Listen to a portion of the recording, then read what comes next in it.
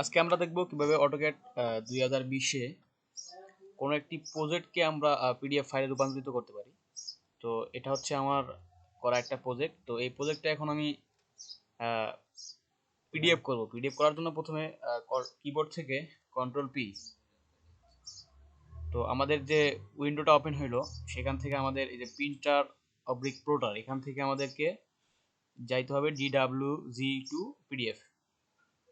যাওয়ার পর এখানে তিনটা জিনিস আমাদেরকে চেঞ্জ করে দিতে হবে। সেটা হচ্ছে ড্রয়িং ওরিয়েন্টেশন, এটা আমরা পোর্ট্রেট করে দেব, তাহলে আমাদের পিডিএফটা উলম্বভাবে থাকবে আর কি। আর এখান থেকে আমাদের করতে হবে সেন্টার দ্য প্লট। তারপর প্লট এরিয়া থেকে হোয়াট টু প্লট, এখান থেকে আমাদের যাইতে হবে উইন্ডো থেকে আমরা যে যতটুকু জায়গা সিলেক্ট করব অতটুকু জায়গা আমাদের পিডিএফ হয়ে যাবে। এখান থেকে আমরা সিলেক্ট যদি করি, এই পর্যন্ত সিলেক্ট করে নিলাম।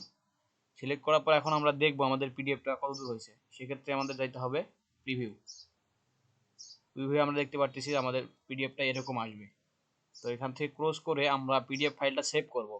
সেভ করার জন্য আমাদের এই এখানে ওকে আছে, ওকে বাটনে চাপ দিতে হবে। ওকে বাটনে চাপ দেওয়ার পর আমাদের যে লোকেশনে আমরা সেভ করতে চাচ্ছি সেটা সিলেক্ট করে দিতে হবে।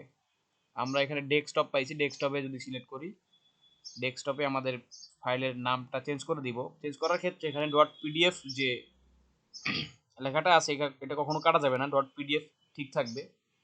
তার আগে যেটা আছে ওইটা আমরা সিলেক্ট করে রিনেম করতে পারি। সাপোজ আমার নামটা আমি দিয়ে দিলাম। এখন যদি আমরা সেভ করে দেই তো ফাইলটা ওই ডেস্কটপে আমার নামে সেভ হয়ে যাবে। তো এখান থেকে যদি আমরা ফাইলটা দেখি, রাজু.pdf, এই যে আমাদের পিডিএফ ফাইলটা প্রস্তুত হয়ে গেছে। তো আমরা এইভাবে অটোক্যাডের মাধ্যমে পিডিএফ ফাইল প্রস্তুত করতে পারি।